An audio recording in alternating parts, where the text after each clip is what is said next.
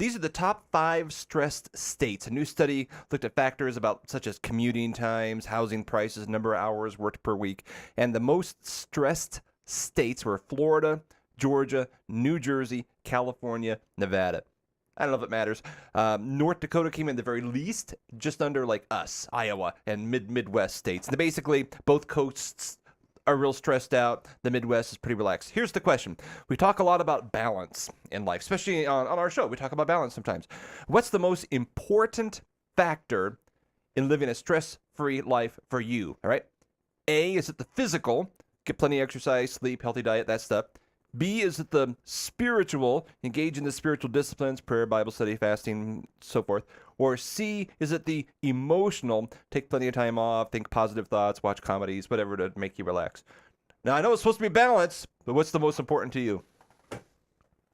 Man. Well, apparently, based on the study, it's not living near a coastline. Yeah. Right.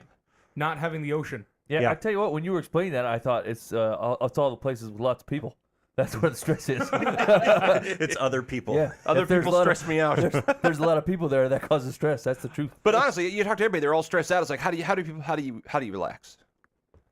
How do you tell someone? How do you relax? That's the question. I think I would. Here's the deal. Like, we're on a Jesus radio show, so I gotta say it's spiritual, right? But No, that's not the question. It's not the fake question answer. Let me continue my answer, Dan. I phony my way through my spiritual life, and it relaxes me. I don't know. I don't even know that I can answer that.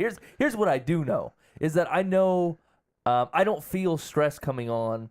I know when it's past its point, and then I can usually attribute that to not spending enough time with my family.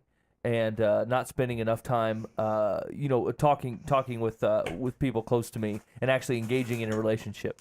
And so I'm still going to borderline that on spiritual, because the only reason I even care about how I treat my family and how I treat other people around me is because of what Jesus said. Otherwise, if I'm being honest, in my own selfish gain, I don't care. I don't care if you're having a rough day or if things are stressful for me and I take it out on you. It doesn't really matter to me. It matters to me because Christ said it matters to him, and that's a change in me done by him. It's not a change that I've instituted on my own. So I mean, my phony answer is spiritual, and then my actual answer is spiritual.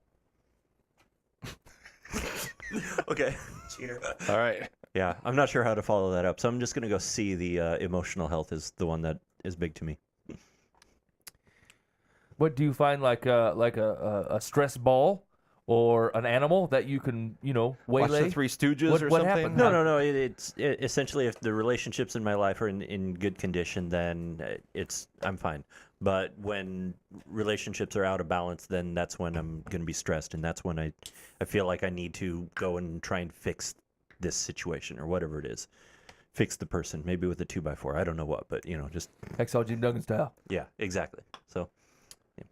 So, with spiritual, it's my answer to it's relieve stress, but it also causes stress for me.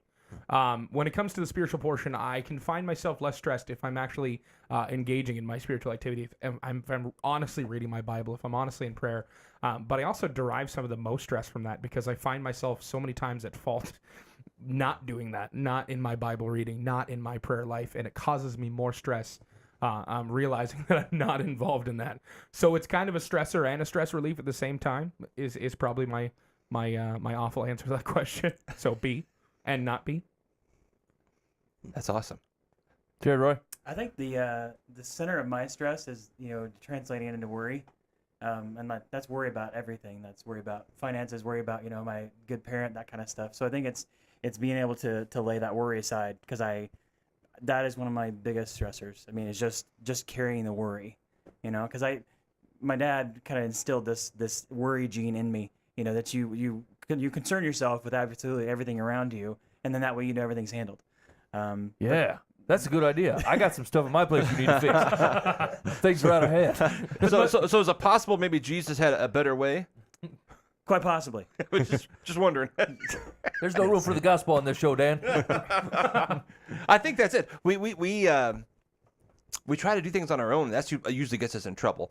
Any one of these can get you out. If you're just out of balance, really, we should be in balance. I kind of, poorly did the question to make you have to choose one.